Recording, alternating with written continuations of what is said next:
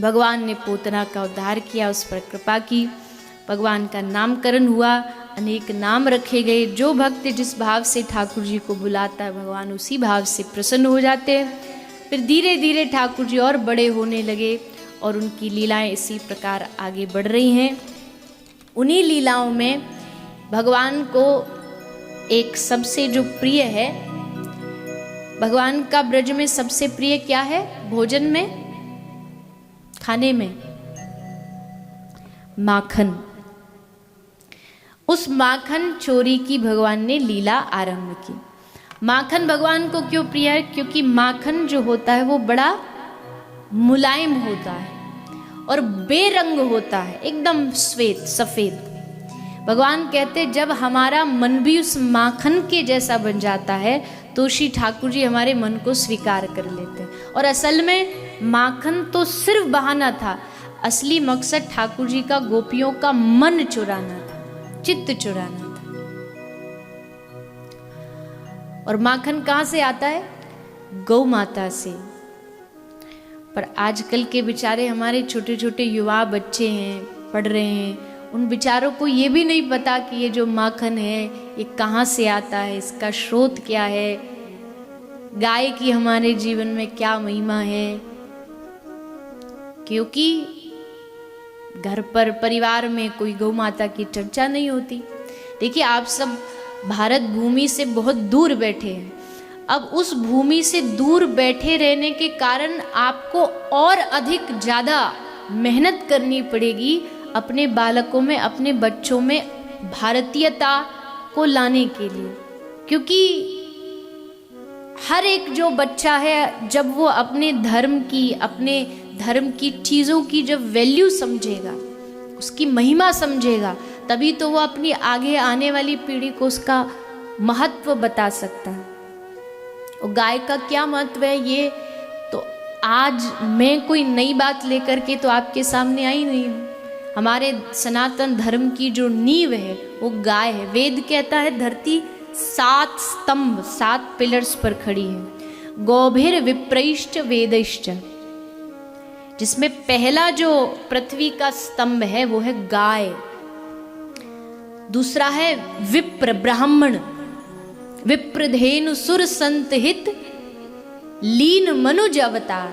भगवान क्यों मनुष्य बने? विप्रों की रक्षा के लिए, धेनु गाय की रक्षा के लिए, संतों की रक्षा, उनकी सेवा के लिए। लेकिन आज उन्हीं चीजों में कमी है। विप्र माने ब्राह्मणों का जिस प्रकार सम्मान होना चाहिए उसमें कहीं कमी है। गौ माता का जिस प्रकार सम्मान होना चाहिए उसमें कमी है। और ये कमी तभी दूर होगी जब चाहे विश्व के किसी भी कोने में कोई बैठा हो, घर में गाय नहीं है चलेगा, लेकिन दिल में गाय जरूर होनी चाहिए, दिल में गौ माता होनी चाहिए। परेशानी ये नहीं है कि हमारे घरों में गाय नहीं, परेशानी ये है कि हमारे दिलों में गौ माता नहीं है।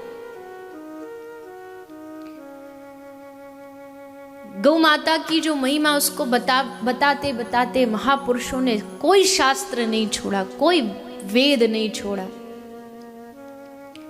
बताइए दुनिया का ऐसा कौन सा प्राणी होगा जिसका मलमूत्र तक भी पूजनीय हो? कोई है आपकी नजर में जिसका मलमूत्र भी पूजा जाता हो? लेकिन गौ माता एक अकेली ऐसी जीव प्राणी है जिसका मलमूत्र, लक्ष्मी का वास है गाय के गोबर में। लक्ष्मी जी का निवास गोवर यानी गाय का वर, गाय का वरदान वो गोबर है।